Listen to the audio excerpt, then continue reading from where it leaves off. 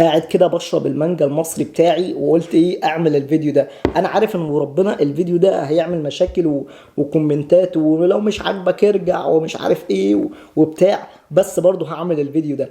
هل عمرك سألت نفسك هل فعلا ألمانيا متقدمة زي ما انت متخيل؟ هل فعلا رابع اقوى اقتصاد في العالم، اقوى من اقوى الاحتياطات النقدية في العالم؟ هل فعلا الماكينات الألمانية على أرض الواقع متقدمة زي ما أنت متخيل؟ وقبل ما ما تتضايق مني وتقول لي لا لو مش عاجبك ارجع، الكلام ده مش صح، مش عارف ايه، ممكن تكون من حواري برلين، فحب اقول لك ان الكلام ده من اكبر مؤسسة اذاعية موجودة في المانيا ويمكن في اوروبا، الدوتش فيلا. فلو انت متضايق مني روح اسال الدوتش فيلا، ما تسالنيش انا ماليش دعوة. روح اسال الحاج مولر في الكلام ده، ما تسالنيش انا. فتعالوا بقى نبدا من الحاجات اللي ناس كتير جدا ممكن تتخيل ان هي قوية جدا في المانيا، وعلى ارض الواقع الكلام ده مش صحيح.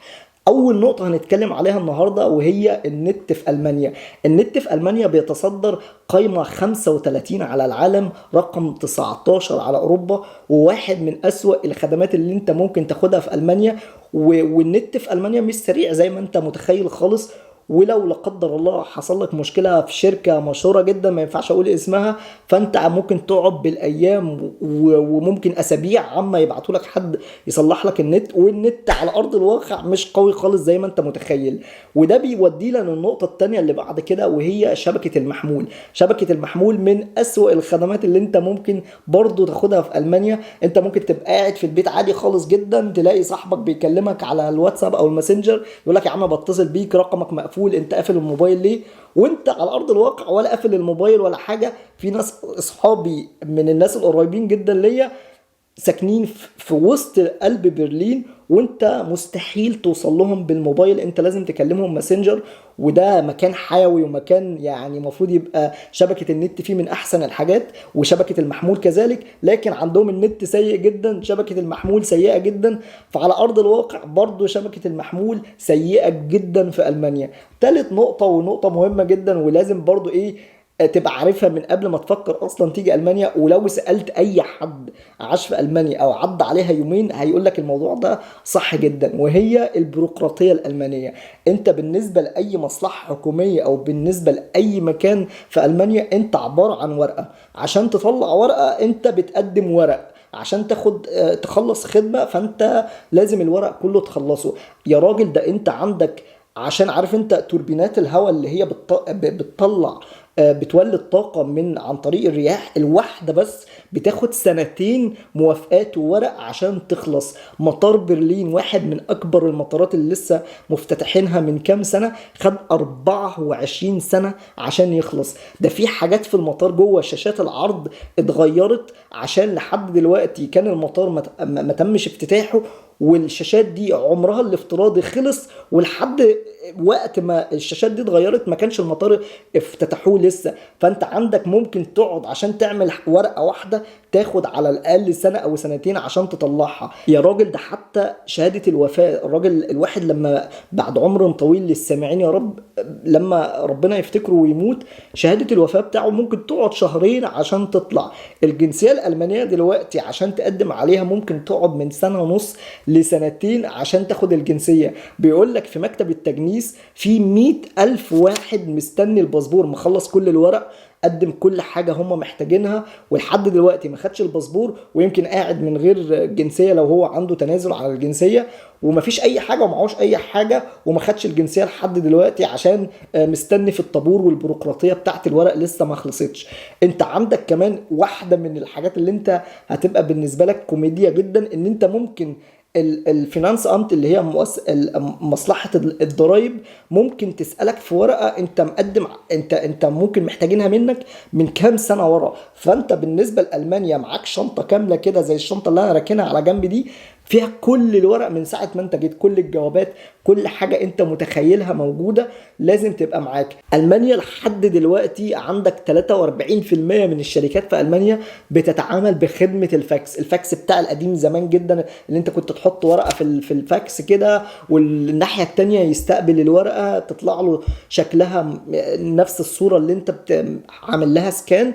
لسه لحد دلوقتي 43% من الشركات في ألمانيا بتتعامل بنظام الفاكس، منهم الحكومه الفيدراليه اعلى مؤسسه حكوميه موجوده في المانيا بتتعامل لحد دلوقتي بالفاكس. يعني مثلا انا عندي في الشغل ممكن ابقى ببعت لحد ايميل يقول لي لا احنا الافضل لينا ان انت تبعت لنا بالفاكس. ممكن تبقى مستشفى كبيره جدا وبتتعامل لحد دلوقتي بالفاكس عادي خالص. نيجي بقى للنقطه اللي بعد كده، والنقطه دي مشهوره جدا في برلين، وهي اعمال البناء في البنيه التحتيه واعمال الاصلاحات والانشاءات اللي موجوده. انت عايش حرفيا زي ما الناس في برلين بيقولوا في باوشتلا. باوشتلا يعني ايه؟ اعمال بناء واعمال تصليح. طول ما انت ماشي في الشارع فهتلاقي فيه ايه؟ ماسوره هنا بقالها بتاع سنتين ما اتصلحتش وعاملين كده كاردون عليها. المكان مثلا زي الكسندر بلاس، واحد من اشهر الاماكن اللي موجوده في برلين، في مكان او شارع فيه ما تصلحش بقاله سنتين كاملين ما تصلحش. في اعمال بناء كده بقالهم سنتين بيصلحوا فيها. فمن الحاجات اللي هي بتاخد وقت جدا قوي هنا، وممكن تبقى انت ماشي تلاقي المترو ده وقف شهرين عشان في تصليح في محطة ما. ممكن بقاله 6 شهور في خط مترو بيصلحوا فيه، خط قطر بيصلحوا فيه، الشارع ده قافلينه فانت لازم تلف من الشارع اللي بعديه. فاعمال البناء هنا برضو بتاخد وقت كبيرة جدا. فعلى ارض الواقع المانيا في مشاكل كتير جدا محدش بيتكلم عليها، لان من الاخر الناس دايما بتحب تسمع الايجابيات. نيجي بقى لاخر نقطة، ونقطة مهمة جدا وعمري ما شفت حد بيتكلم عليها، والناس اعتقد تخاف تتكلم عليها لان محدش هيصدقها، بس انا هقولها. الطب في المانيا طول عمرنا نسمع بقى ايه؟ وقد سافرت الفنانه مش عارف ايه للعلاج في المانيا. لكن لو جيت سالت الناس هنا في المانيا على الطب، بالنسبه للطب في المانيا عامل ازاي، فهيقول لك ان هو الخدمه هنا على ارض الواقع سيئة جدا، والله سيئة فوق ما انت متخيل. انت ممكن لا قدر الله، ودي مشهورة جدا، ممكن تخش تعمل عملية ولا قدر الله يحصل حاجة ويتعمل لك عملية تانية خالص، زي الشاب السوري اللي راح يعمل عملية في واحدة من اكبر المستشفيات اللي موجودة في برلين، وبدل ما يعمل العملية في رجله اتعملت في الرجل التانية خالص. وكان مرد الدكتور انت رجلك كده بقت احسن، انت ممكن تخش تعمل حاجة وتلاقي نفسك بيتعمل لك حاجة تانية خالص. صعب جدا ان انت تلاقي ميعاد دكتور، ولو لقيت ميعاد دكتور فهو ممكن يقول لك واحدة من 3 كلمات مشهورة جدا في المانيا: انت حاطط نفسك تحت ستريس، انت ما بتشربش مية، انت ما بتلعبش رياضه. والكلام ده لو مش مصدقني اسال اي حد عاش في المانيا فهيقول لك الكلام ده. على ارض الواقع الطب كاجهزه عندهم اجهزه قويه جدا، لكن الكفاءة العلمية والناس والدكاترة شافت حالات قد ايه، فعن طريق الحالات دي هي بتعالج، ضعيفة جدا. فانت صعب جدا ان انت تلاقي دكتور صح يعالجك، زي ما انت ممكن تروح اي مستشفى عام في مصر تلاقي الدكتور العام عارف كمية امراض وعارف كمية علاجات ويعالجك بشكل صحي جدا. فانت ممكن ما تصدقش الكلمة دي، بس على ارض الواقع الطب في المانيا مش زي ما انت متخيله. التأمين الصحي قوي جدا، لكن خدمة اللي هو الدكتور بيعالجك ازاي، بيشخصك التشخيص صح ولا لا، دي ضعيفة جدا وموجودة في ألمانيا. انا عارف ان في ناس كتير ممكن تبقى شايفة الكلام اللي انا بقوله ده مش صح، بس في يوم من الايام انت هتسافر وتعرف ان الكلام اللي انا كنت قايل لك عليه قبل كده ده كان صح 100%. وانا عارف ان في ناس كتير ما بتحبش تسمع السلبيات، لكن انا بحب اقول الايجابيات والسلبيات.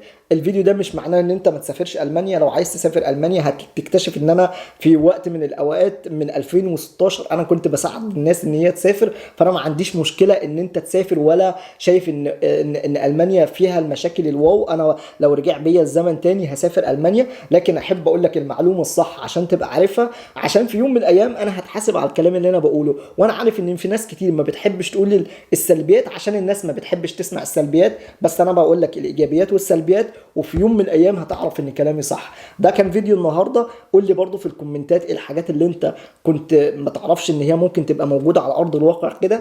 ولو انت عايش في المانيا يا ريت تقول للناس في الكومنتات هل فعلا انا كلامي صح ولا لا. ده فيديو النهارده، وما تنساش تعمل سبسكرايب للقناه على اليوتيوب، واشوفكم في فيديو جديد. سلام.